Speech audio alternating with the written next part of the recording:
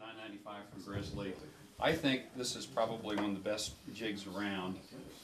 This is a Mark I Veritas honing jig, which a lot of folks used to use. I think the Mark II is current now. Probably. I've got that one. Yeah, and this is a great jig, particularly for blades that are going to have a skew on them, that are going to be angled at the edge. Or real skinny blades. Yeah, or real skinny blades are great for this. But I'm gonna use this because it's just a really good multi-purpose honing guide. And there's two positions here. There's one that you use with a chisel, and that's this lower position, and then there's one that you would use, for instance, with a plane blade like this. And just, there we go. And that would go in the top position here. And because I have an incredibly poor memory, short-term memory is gone, it's history, too much jet fuel as a youth. Written on the side here says that if the chisel projection is 30 millimeters in the lower position here, it'll give you 30 degrees honing angle. So it's written right down there. So I can't even be bothered to read things because my eyes are going. So what I do is I have a little jig that helps me set that 30 millimeters, and it's just it's pretty high tech, right? Just a hold still for a sec. plywood. Gotcha. Okay, you want slow motion too, Bob? Baywatch style. Yeah, I can't do that. I haven't. Anyway, yeah, maybe the Hasselhoff part of it. Anyway, so I just rest this against here, push that down, tension it, and we'll set it the correct distance to put the hone the secondary bevel that we're going to put on here. And in the case of Scary Sharp, essentially we just work our way through the grits, and it takes a lot of time. If you're just starting to do Scary Sharp, you can just pull the blade toward you, rest the wheel on, put the bevel down, leg pressure, pull back, and who's handy in front here? You see we're starting to actually get a little bit of a bevel ground there, and you can actually feel more of a burr there that's being generated, right? Oh yeah, feel the burr. Okay, feel the burr. Okay, we can do that. Now we're on 600 grit. This is a little bit finer, and again, if you're just starting to do Scary Sharp, don't try to do this, just pull it back towards you, otherwise you will probably end up doing that, catching the paper, right? So a little bit easier to just pull it back toward you. Once you get a feel for it, it becomes pretty easy to do that. Again, we're now 1000 grit, and because it's demo, I'll try not to go with my natural inclination to go real fast. Okay? I hate sharpening, so I make it go by as fast as possible. Okay, and there we go. Looking pretty good. 1500, couple of strokes, that's all you need. And take a look at the bevel. It's starting to get really shiny now. We still have some scratches here, right? Everybody see? Kind of tough to see, but and we still have the burr on the back, but we're starting to lose it now. And we'll do 1500 last time. We get a few more strokes here. And we'll do a little bit of 2000. 2000 is real delicate paper. You notice I already nicked it, but it's pretty simple to change things out. Now, one of the nice things about Scary Sharp is if you have a glass plate like this, 1/4-inch plate glass, get scraps like this at any glass shop. 1/2 inch is better, 1/4 inch is adequate if you have a flat bench. I put some 320 on the back just to keep it from sliding around on the bench. I don't normally Scary Sharp, so I keep it in the shop primarily to show folks that come by and want to learn a little bit about sharpening. Scary Sharp stand for anything? Scary Sharp, as in, Frightening. if I wave Let's zoom this in on that around, question. I may be splitting atoms, okay? Yeah. You know, if Nuclear Regulatory Commission may be after you for operating an unlicensed atom splitter or something like that. But, you know, real sharp. So, again, what I'm going to do now is, I've got this burr on the back that I really have to get rid of. And what I'm going to do is, again, still in the jig, I'm just going to lay this flat on the paper. I'm going to slowly draw it back. I'll do that a couple of times without rocking things up. I'm just going to put a little bit of downward pressure there.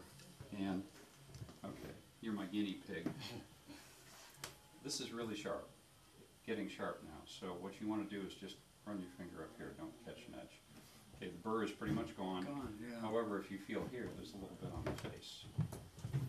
Just a little bit. Okay, so we're going to go ahead and I'm going to do a couple of passes backwards here. I'm going to do a little bit more here.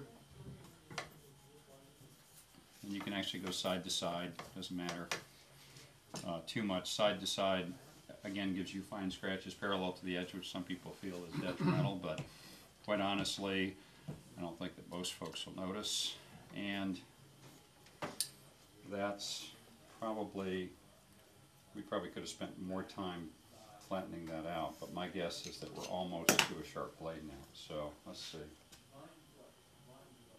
Yeah, not super sharp, but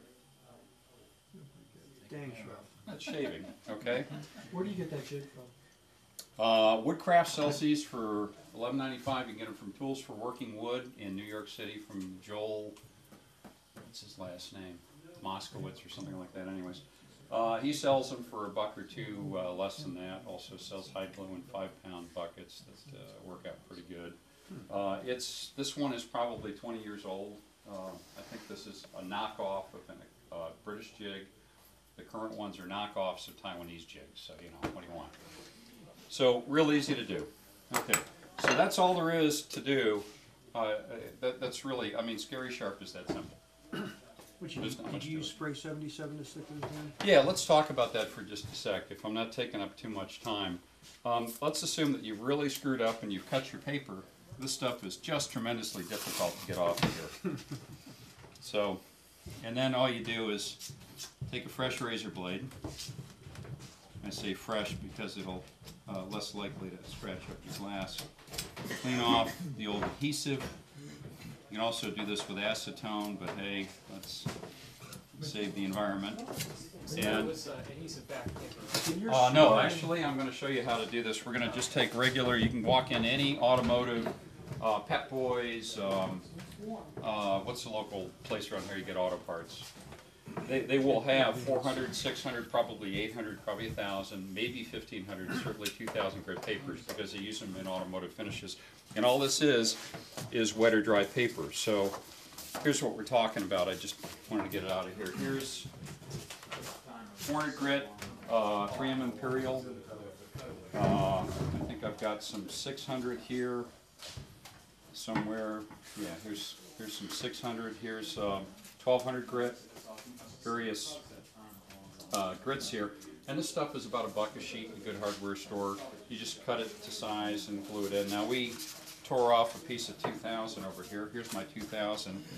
And in this case, I'm just going to go ahead and, I don't think Jim is going to be too upset about me using this as a cutting board.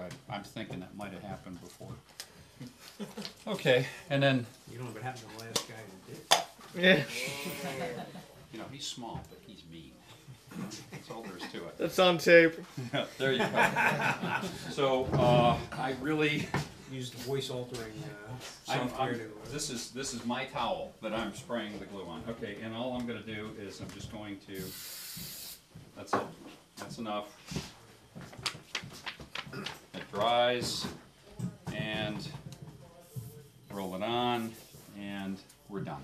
Okay, that's all there is to it. And so you pick up 5 grades of paper, a piece of glass. One of the things that used to be available from Bed Bath & Beyond was a big 1/2-inch plate glass cutting board, which was dead flat and was about $20. But you can get glass scraps like this just about any glass store. Just walk in and say, I want scraps. I don't want you to cut it to shape. I just want a scrap. What do you have in 1/2-inch plate? And that's it. Have them bevel the edges, much easier than getting cut. Okay, and this stuff is pretty sturdy, but again, I store it sort of behind my sharpening bench so it doesn't get dinged and breaks on me. But tempered glass or plate glass, either one will work. And that's it. That's Scary Sharp. So this is on the order of, I think this is about a $5 scrap. I've got 5 sheets of paper here at $1 each. I've got a $11 sharpening jig, and that's it. Okay, if I wanted to actually grind the bevel like I did, instead of using the grinder, I could actually pick up a couple of pieces of 150 grit, not silicon carbide, probably something like the Norton Triple X or something like that you'd find in Home Depot, and you can actually grind the bevel. That's how I worked for 10 years.